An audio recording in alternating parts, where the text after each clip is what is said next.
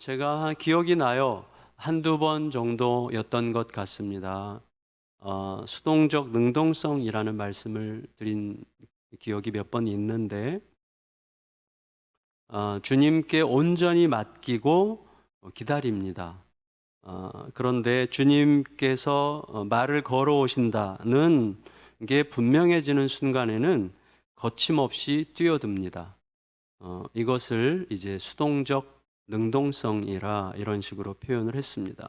그러니까 내가 하고자 하는 어떤 일을 위해서 야심차게 뛰어드는 게 아니고, 내가 하고자 하는 것, 내 욕망, 내 개인적 열정에 속한 것들은 가급적 견디고 기다리고 이제 참으면서 하나님께서 말을 걸어오시는 게 선명해지는 순간에는 거침없이 뛰어드는 태도를 이제 수동적 능동성이라 표현을 한 거죠.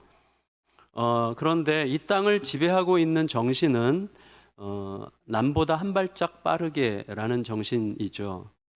이것은 기회와 타이밍, 남보다 기회를 먼저 선점해야 되고 타이밍을 놓치지 말아야 된다는 갈망이라고 할 수가 있습니다. 그러니까 수동적 능동성이 아니라 능동적 적극성으로 기회를 선점하자, 뭐 이런 거죠. 이 말이 맞습니다. 그리고 이 말이 맞는 경우들이 적지 않다고 생각합니다. 하지만 그 말을 따랐다가 후회하는 경우도 무척 많습니다. 그렇죠. 그러니까 우리가 선택할 수 있는 게 아닌 거예요.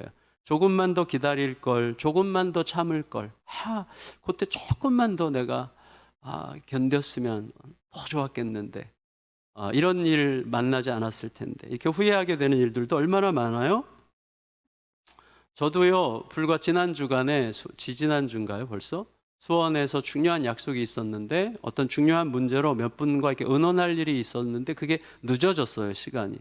그래서 그 약속을 내가 늦으면 안 되기 때문에 좀 서둘러서 막 가다가 여기 신호등이 없는 지월리 삼거리에서 좌회전을 하는데, 이 좀 시야 확보가 안 된 직진 차량이 그냥 오는 바람에 이렇게 부딪혔거든요. 내려서 보니까 여자 운전자였는데 너무 놀라서 운전대를 붙들고 막 이렇게 떨고 계시더라고요. 얼마나 미안한지, 제가 100% 잘못했으니까 아무 걱정하지 마세요. 이제 그러고 왔는데, 제가 서둘렀어요, 확실히. 그러면서 일주일 내내 조금만 더 여유를 가질 걸, 조금만 더 차분할 걸, 뭐 이런 생각을 계속 한 거죠. 후회하면서. 그 후회가 멈추지 않더라고요. 그래서 물론 둘 다 뭐 아무 몸은 크게 다친 게 하나도 없습니다. 따라서 문제는 한 발 빠르게라고 하는 요게 득이 되는 건지 아니면 독이 되는 건지, 이거가 상황에 따라서, 기질에 따라서, 내가 처한 입장에 따라서 수시로 달라질 수 있다는 거예요. 이게 문제죠. 생각해 보세요. 아무리 차분한 사람도요, 우리 자식이 다쳐가지고 피를 철철 흘리고 있는데 정석주행을 할 수 있습니까? 불가능한 거죠. 한 발 빠르게 서둘러야만 안심할 수 있을 가능성이 더 높은 거예요. 하지만 서두를수록 위험할 가능성은 또 커지죠. 그러니까 이 사이 어딘가에 우리가 있는 거고, 이 사이에서 우리는 그냥 일반적인 언어로 말하면 요행히 혹은 은혜로, 우리 신앙적으로 은혜로 이게 견뎌가는 거지, 우리가 선택할 수 있는 것들이 아니라는 말이죠. 그 여부를 누가 장담할 수 없어요. 과학적으로 객관적으로 딱 나오는 게 아니란 말이죠.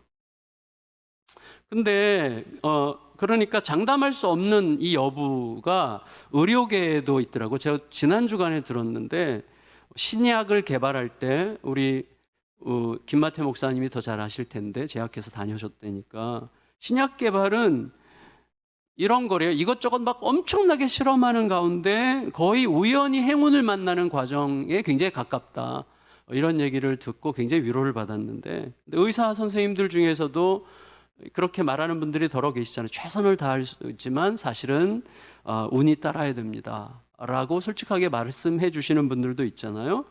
근데 사실 우리 시대는 이 수동성보다는 적극성을 훨씬 더 부추기는 시대죠. 하지만 확실한 기준이 없이 요행에 맡겨지는 능동성이라고 하는 것은 위태롭습니다. 따라서 우리가 알지 못하는 우리의 길을, 우리보다 너무나 잘 아시는 분, 영원토록 아름다운 큰 그림을 가지고 우리를 위하여 말씀하시고 우리를 위하여 행하시고 계시는 분과 지속적으로 친밀해지는 것이 너무나 중요합니다. 그래서 우리로 하여금 이렇게 함께 있게 하신 지체들과 더불어 서로에게 겸손하게 귀를 기울이고 내 고집을 먼저 주장하기 전에 들어보려고 하고, 그리고 함께 주님을 바라보는 이 적극적 수동성을 아주 익혀가야 되는 것이죠. 근데 시간이 갈수록 야, 이거야말로 참 아름답고 그리고 굉장히 모험적이면서도 가장 안전한 길이구나라는 것을 생각하게 됩니다. 여러분, 유대 당국자들은 예수님을 십자가에 매달아야 되겠다라고 하는 자기들의 의지를 어떻게든 관철시키기 위해서 예수님을 빌라도에게 넘겼습니다. 근데 이제 오늘 본문에 보면 반대로 빌라도는 그 유대인들에게 다시 예수님을 넘겨서 좀 정치적으로 애매한 상황에 빠지지 않으려고 하고 그들에게 휘둘리고 싶어 하지 않습니다. 그 사이에 예수님은 가룟 유다로부터 유대 당국자들에게 넘겨졌고 유대 당국자들로부터 빌라도에게 넘겨졌고 이제는 빌라도를 통해서 유대인들에게 다시 넘겨지려고 하는, 넘겨지고 넘겨지는 이러한 동네 북 신세가 되었습니다. 그런데 이 모습을 좀 성급하게 끌어와서 결론을 짓자면 예수님께서 요한복음 맨 끝에서 베드로에게 권면의 말씀하시잖아요.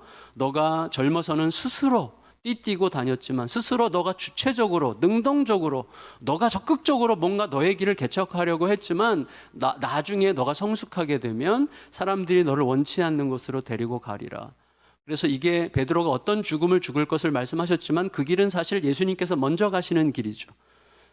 그리고 그렇게 말씀하시는 이유는 그 길만이 세상을 살리는 길이라는 것을 선언하신 셈이죠.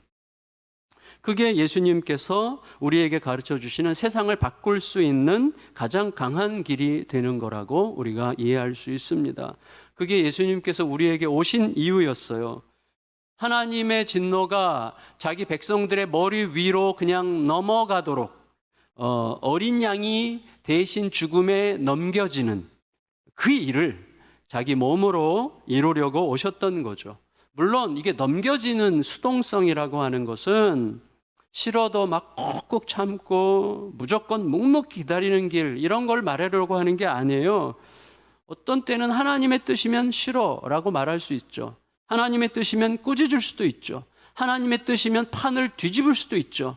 그게 하나님의 뜻이 뭐냐는 거예요. 많은 경우에 독선이 들어가고 고집이 들어가거든요. 그래서 이렇게 모이게 하신 거예요. 근데 모이게 하셨으면 어떻게 해야 됩니까? 주장할 게 아니라 들어야죠. 그러니까 들으라고 모이게 하신 거지 주장할 거면 왜 모이라고 하셨어요? 그래서 모인 교회 공동체의 핵심은 하나님께 듣고 사람에게 듣는 거예요. 들어서 대답하는 것입니다. 경청함으로써만 이 우리들의 자기 모순을 극복하면서 수동적 적극성의 길을 걸어갈 수가 있는 것이죠. 그래서 중요한 것은 그런 과정을 통해서 이 하나님의 뜻이 확연해질 때까지 함께 기다리고 또 기대하면서 귀를 기울이는 것입니다. 근데 빌라도와 유대 당국자들은 전혀 반대의 길을 이제 가는 거죠.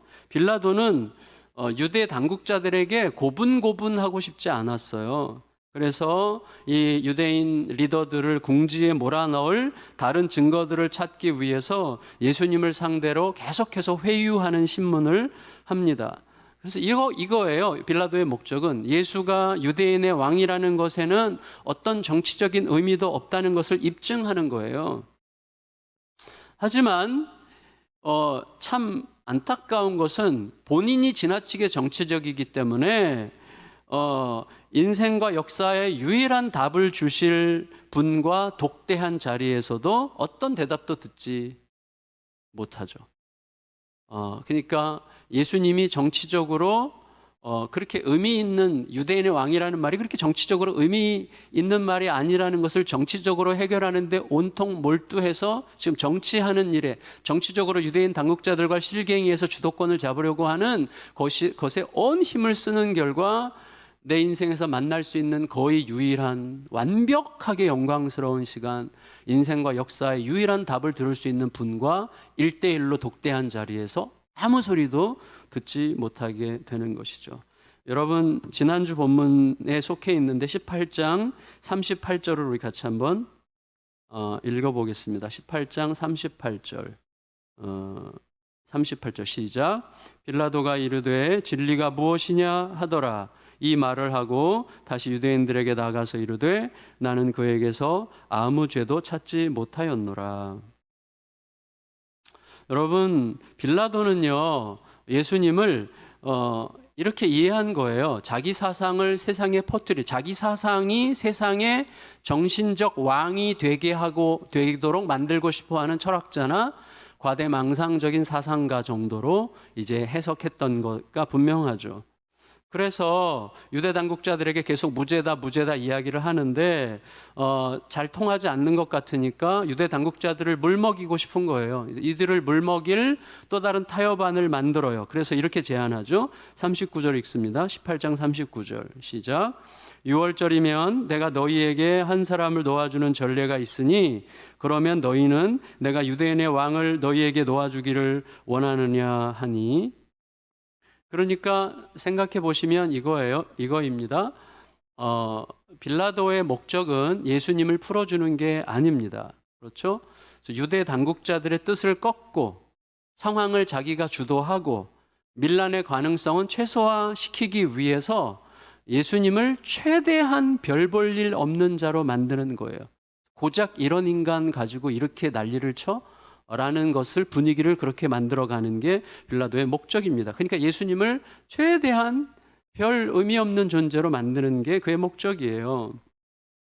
그런데 이 빌라도의 제안은 유대인들에게 씨알도 먹히지 않았습니다. 40절 읽습니다. 18장 40절 시작. 그들이 또 소리질러 이르되 이 사람이 아니라 바라바라 하니 바라바는 강도였더라.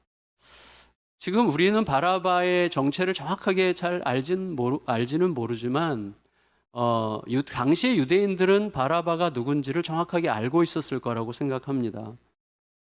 그리고 지금 빌라도가 그런 제안을 했을 때 예수 말고 바라바 풀어줘라고 말했던 것은 지금 이들이 빌라도와 이 법정 실갱이를 벌이면서 나올 수 있는 여러 경우의 수들을 전부 다 계산해 가지고 그 모든 것들에 대한 답을 완벽하게 준비해서 나왔다는 것을 능히 짐작하게 해요. 그래서 빌라도가 이런 제안을 했을 때 바로 바라바라는 인물을 거기서 끄집어내는 거죠. 그런데 아이러니하게도 재밌는 거예요. 왜냐하면 그들은 빌라도가 이렇게 말하면 예수 대신에 바라바 풀어주자고 하자라는 모종의 준비가 있었다면 그들은 굉장히 스스로 의미 있는 선택을 한 거예요. 왜냐하면 바라바라고 하는 것은 이름이 아니거든요. 바라바는 이름이 아니라 발 아빠스라는 아버지의 아들이라는 뜻이에요. 아버지의 아들.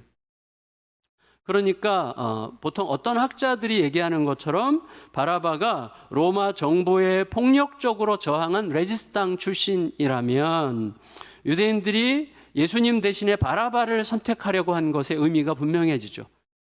하늘의 진정한 아버지의 진정한 아들을 버리고 이 땅의 아들을, 이 땅 아버지의 아들을 선택하려고 한 것이죠. 다시 말하면 사랑의 혁명을 포기하고 정치의 혁명을 선택한 것을 자기들이 스스로 드러내는 셈이라고 할 수가 있습니다. 여러분, 사랑의 혁명이 어렵습니까? 정치적 혁명이 어렵습니까? 이거 상대가 안 돼요. 정치적 혁명이 훨씬 쉽죠. 사랑의 혁명은 죽는 거예요.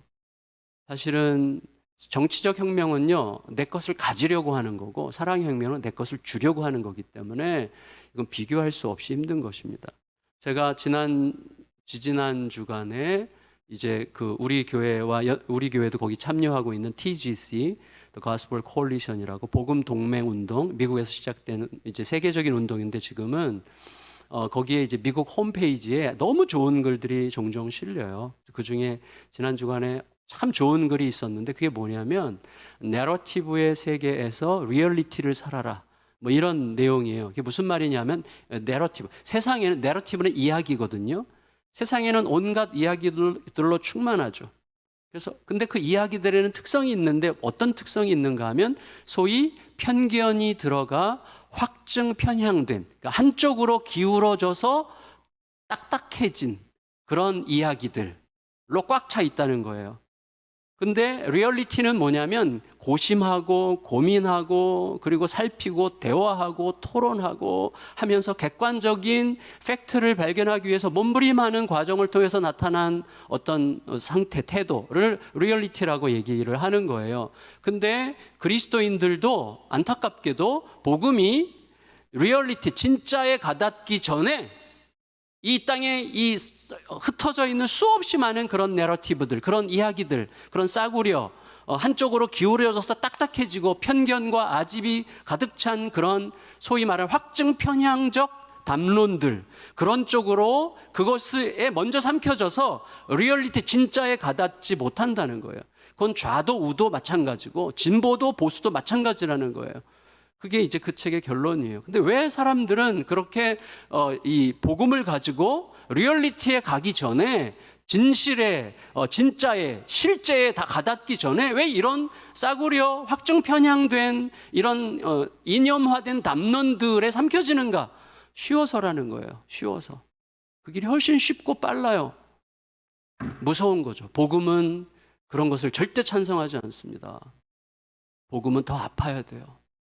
더 들어봐야 되고, 더 귀를 기울여야 되고, 더 이해해야 되고, 그리고 저 인간은 저래 끝이야. 나랑은 상관. 이렇게 되면 안 되는 거란 말이죠. 만일에 그렇다면 예수님이 우리에게 오실 이유가 하나도 없는 거예요. 우리들은 구제받을 길이 완벽하게 없는 자로 이미 단정된 자, 하나님과 원수된 자였지 않습니까? 그러니까 여러분, 사랑의 혁명이 정치 혁명보다 훨씬 쉬운 거예요. 훨씬 어려운 거예요. 어쨌거나 유대인들의 이 완강한 거절에 부딪힌 빌라도는 다시 한번 이 유대 당국자들을 물먹일 수 있는 다른 조정안을 이제 시행해요. 그래서 1절, 오늘 본문 19장 1절에서 3절입니다. 읽겠습니다. 시작. 이에 빌라도가 예수를 데려다가 채찍질하더라. 군인들이 가시나무로 관을 엮어 그의 머리에 씌우고 자색 옷을 입히고 앞에 가서 이르되 유대인의 왕이여 평안할지어다 하며 손으로 때리더라.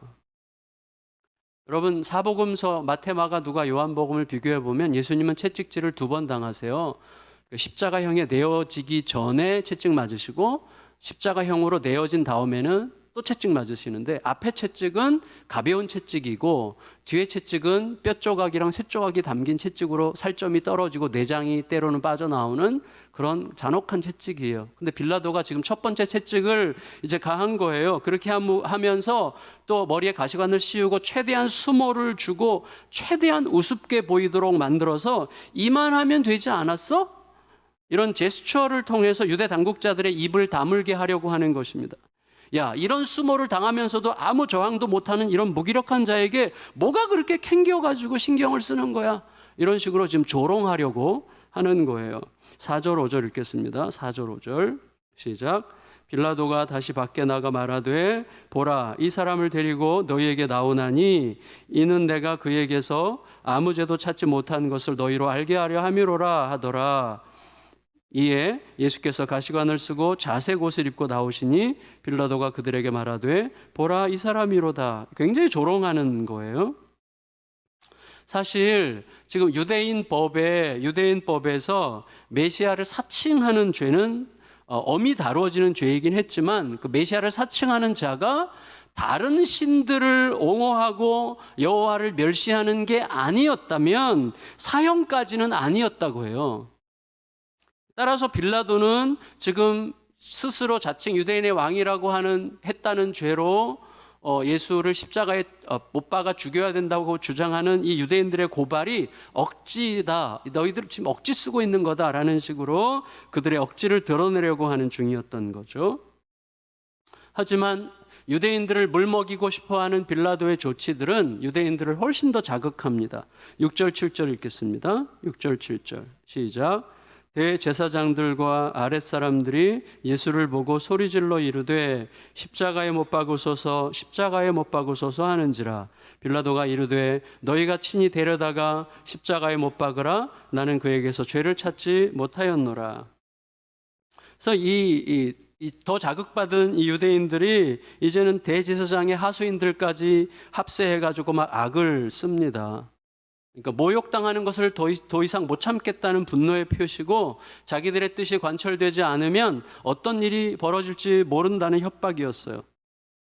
하지만 빌라도도 끝까지 만만치 않아요. 빌라도가 뭐라 그래요? 야, 나한테 재판해달라며.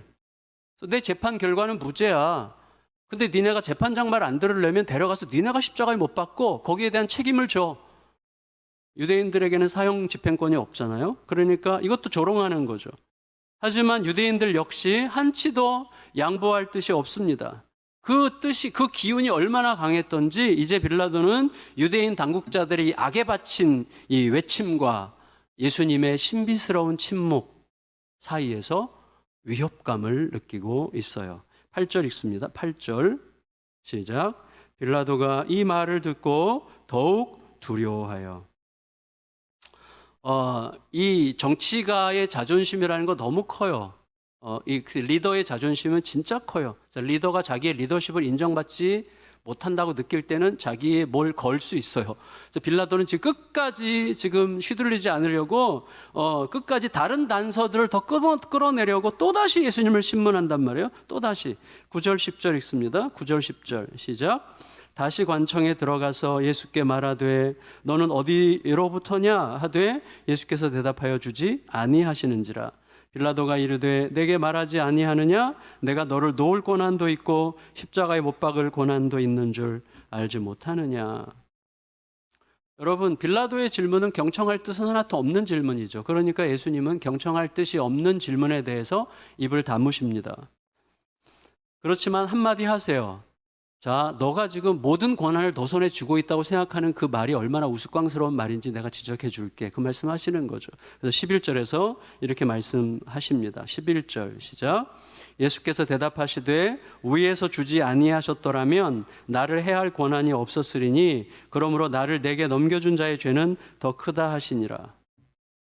여러분, 지금 예수님이요, 누가 보더라도 완벽한 피고인인데 예수님이 상황을 지배하세요. 그래서 빌라도야, 상황 결정권자는 너나 유대인들이 아니야. 모든 권세의 주체이신 하나님이셔. 그는 사랑과 공의의 하나님이시기 때문에 당신이 지금 나를 십자가에 내어준다면 그건 불법이고 명백한 죄야. 하지만 사랑과 공의의 하나님의 이름으로 나를 십자가에 매달려고 하는 유대인들의 죄가 더 크다.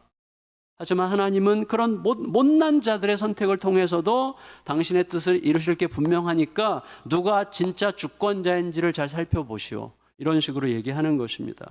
빌라도에게 주시는 마지막 기회처럼 들려요. 근데 지난주에 제가 말씀드렸던 것처럼 예수님의 말씀은 한마디도 땅에 떨어지지 않습니다. 예수님의 말씀이 빌라도에게 들어갔는데 빌라도가 받지 않고 빌라도가 경홀히 여긴다면 그 말씀은 빌라도를 넘어 우리를 향하는 말씀이라고 지난주에 말씀을 드렸죠. 그러면 이 말씀이, 예수님께서 하신 이 말씀이 빌라도를 지나서 우리들을 향하고 있다면 우리들은 이 말씀을 통해서 어떤 분명한 메시지를 들을 수가 있는 거죠. 어떤 메시지일까요? 내 목줄을 쥔 듯 보이는 현실도 신실하신 하나님의 통치 아래 있음을 믿어야 된다는 메시지죠. 그 아버지를 믿고 그 아버지와 소통하는 자는 아주 포악한 자의 손에 목줄이 잡혀 있는 상태 속에서도 상황을 지배하는 자가 될 수 있다는 것을 우리에게 말씀하고 계시는 거죠. 그게 우리의 삶에서 진짜가 돼야 돼요. 진짜가 되면 굉장히 달라집니다. 여러분, 진짜가 되기를 진심으로 진짜가 되기를 진짜로 축원하옵나이다. 이게 생명이에요. 생명. 우리가 고백하는 것들 하나하나가 계속 진짜가 되어가는 과정. 하나님을 믿는가? 진짜가 되면 거기서 혁명이 일어나는 거예요. 내가 너희를 사랑한 것 같이 사랑하라. 그게 진짜가 되면 모든 곳에서 혁명이 일어나게 되어 있어요. 근데 우리는 예수님이 우리를 사랑한 것처럼 사랑하지 않고 내가 원하는 범위 안에서만 항상 사랑하게 되어 있어요. 그러니까 혁명이 일어나지 않는 것입니다. 자기 만족 잠깐 하고 끝나는 거예요. 혁명은 예수께서 말씀하신 것처럼 내가 너희를 사랑한 것 같이 해서 나오는 거예요. 완전히 혁명의 분출구예요, 그게. 물론 예수님께서 빌라도에게 면죄부를 주려고 하신 건 아니었어요. 무죄가 분명한 자를 무법한 자들에게 넘기는 것은 분명히 사악한 죄악입니다. 하지만 굳이 죄의 크기를 따지자면 유대인들의 죄가 더 크다고 말씀하시므로 그 의도와 그 동기에 따라서 죄의 크기가 다를 수 있다는 것을 생각하게 하신 것입니다. 죄 다 똑같지 뭐 그렇지 않은가 봐요. 예수님이 그들의 죄가 더 크다 이렇게 말씀하셨잖아요. 겉으로 보자면 공식적인 권세를 받은 빌라도는 부당한 고발자들에게 맞서서 피고인을 방어하는 중이죠. 겉으로 보자면. 근데 유대인들은 의인을 죽이려는 불의한 동기로 결정권자를 압박하는 중이죠. 그러니까 그 죄의 경중을 얘기하신 것이죠. 어쨌거나 빌라도는 자기 자신을 위해서 예수님을 풀어주려고 힘을 씁니다. 하지만 이미 폭도로 돌변한 유대인들 입에서는 다른 자극적인 단어들이 쏟아져 나와요. 시저, 황제, 충신, 자칭 왕, 반역, 이 모든 것들이 엮어지면 빌라도에게 가장 결정적 협박이 되는 것입니다. 반역자를 풀어주는 자는 반역자와 똑같은 죄목으로 고발당할 수 있는 게 그 당시 법이기 때문에 굉장히 자극적인 얘기를 지금 한 거예요. 그러니까 사실은 감히 자기들의 지배자 앞에서 할 수 있는 말은 아니죠. 우리 성도님이랑 신방하는데 어떤 성도가 열받아서 저한테 와서 목사님 하나님 믿어요?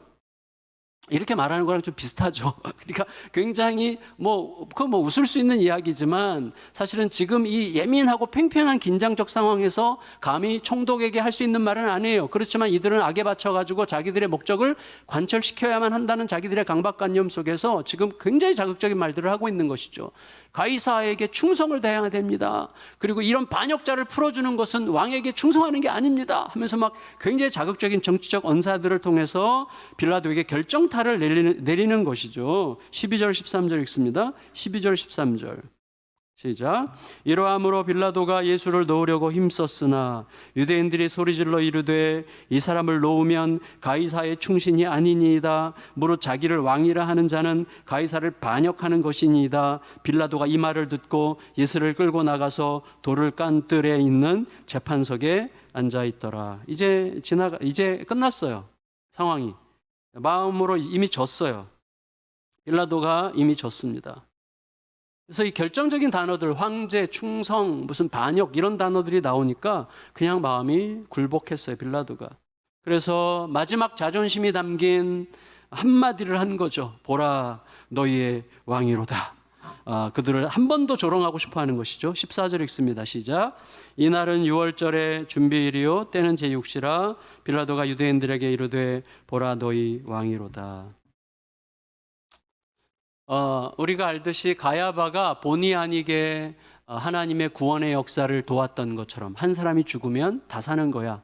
이렇게 해서 예수를 죽이기로 결정해서 하나님의 구원의 역사를 본의 아니게 도왔다면 빌라도 역시 보라 너희의 왕이로다라는 말을 통해서 본의 아니게 가장 위대한 엄청난 진리를 선언한 셈이죠.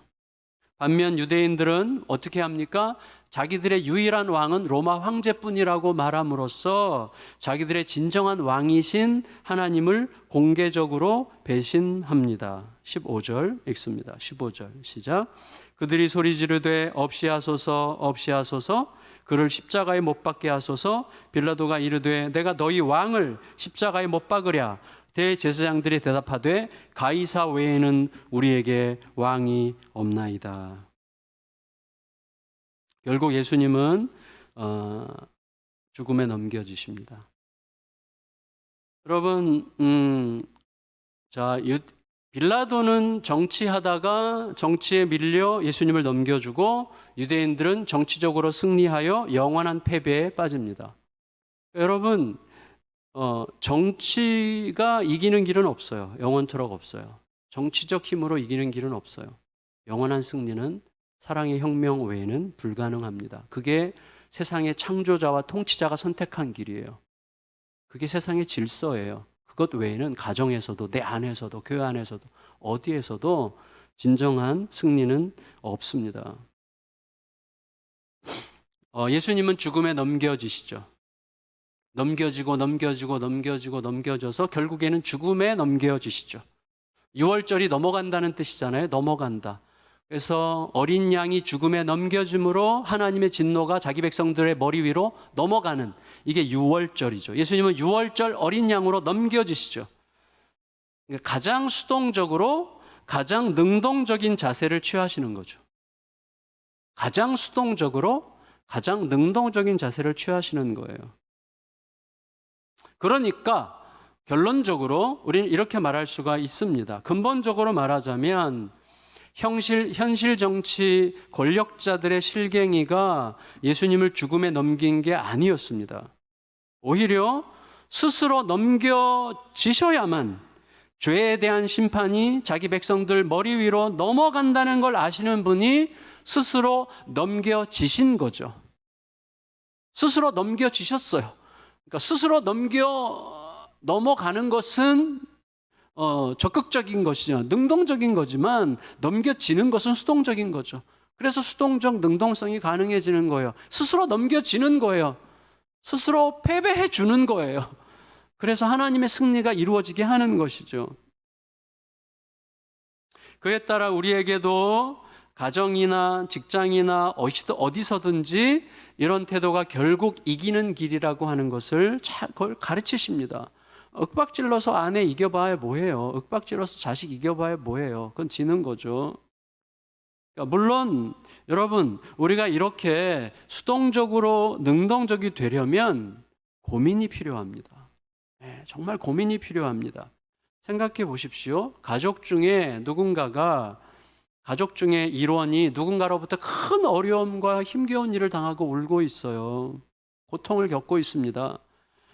그래서 근데 나는 수동적으로 능동적이 되겠다는 이유로 일단 참습니다. 상황을 받아들입니다. 상황을 헤아리려고 막 이해하려고 애를 씁니다. 그리고 나서 가해자를 이해하고 용서하려고 하는 카드를 꺼내려고 합니다. 그렇게 하면 어떻게 되죠? 나중에 가족들의 내면에 심각한 상처를 영원토록 남겨요.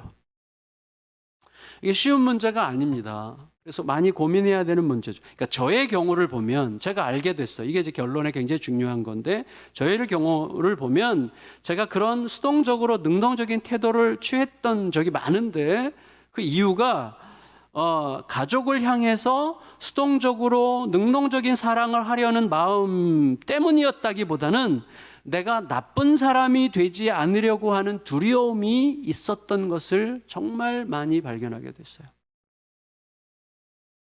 내가 하나님 앞에 충성스러운 사람이라는 것을 입증하고 싶고 나쁜 사람이 아니라는 것을 드러내고 싶은 두려움이 저의 마음속에서 더 크게 작동하고 있었다는 것을 깨닫게 되었습니다. 여러분, 우리는 예수님을 통해서 자기 사람들을 위해서 불구덩이에 뛰어드는 엄마를 볼 수 있어야 됩니다. 자기의 사람들을 살리기 위해서 불구덩이에 뛰어드는 엄마의 모습을 예수님을 통해서 볼 수 있어야 돼요. 여러분, 본래 죽음에 넘겨져야 될 자들은 우리죠. 그때 우리를 죽음에 넘기시는 권리와 자격이 있고 그렇게 하셔야만 되는 분은 하나님이시죠.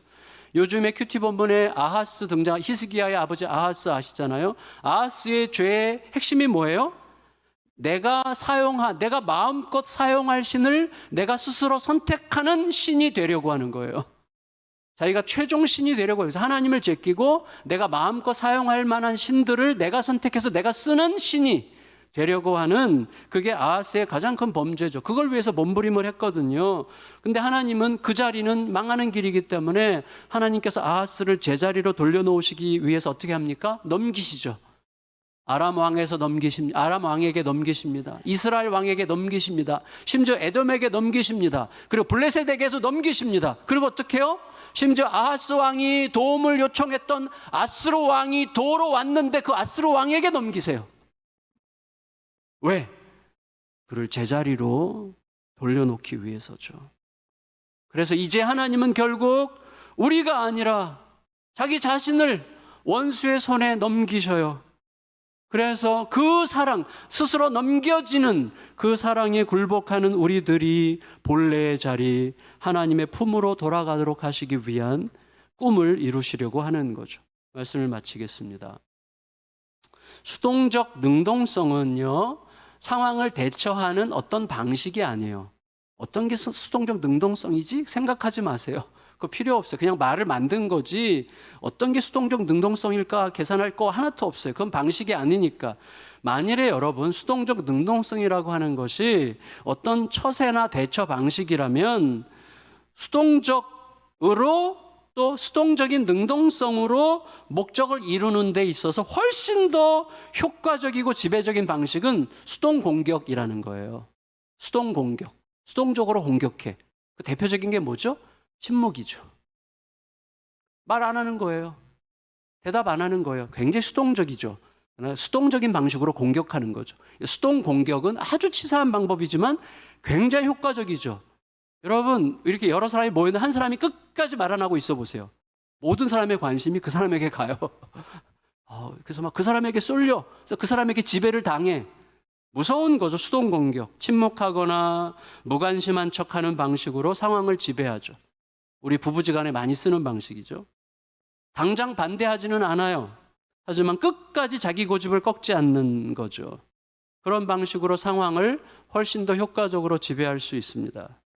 그래서 두려움을 감추려는 고집쟁이나 독선적인 공격자나 독재적 리더들이 주로 사용하는 방법이죠. 하지만 우리가 말하려고 하는 이 수동적 능동성의 핵심은 방식이 처세술이 아니죠. 이유와 동기와 목적이죠. 여러분, 우리가 왜 수동적 능동성을 말합니까? 내 뜻을 관철시키려고 하지 않기 때문이에요. 내 뜻을 관철시키는 게 아닙니다. 오히려 내 뜻을 내려놓고 예수님께 과격하게 던져지는 것에 관한 이야기를 하려고 하는 거예요. 가장 선하고 아름다운 주권자 하나님을 제대로 믿을 때만 취할 수 있는 태도입니다. 하나님의 뜻이 이루어지는 게 그것만이 그 어떤 것과도 비교할 수 없이 위대한 열매라고 하는 사실을 믿고 그 목적으로 잘 기다리고 또 사랑을 위해서 과격하게 뛰어드는 행동이죠. 우리는 여전히 그 태도를 지금 배워가고 있는 중입니다. 오직 그 태도를 통해서만 복음적인 성품으로 형성되는 기쁨을 경험할 수가 있어요. 그 태도를 통해서 우리는 더 아름다울 수 있고 더 풍성한 자유와 행복을 소유할 수 있습니다. 이건 100%입니다. 날마다 말씀을 붙들고 말씀을 살아내려고 씨름하면서 내 안에서 그런 바람직한 변화, 바람직한 인격, 바람직한 태도가 형성되기를 기대하고 기도하고 기다림으로 함께 우리 안에서 변화를 누리는 사랑하는 예수 양남의 모든 가족들 되시기를 예수님의 이름으로 축원합니다.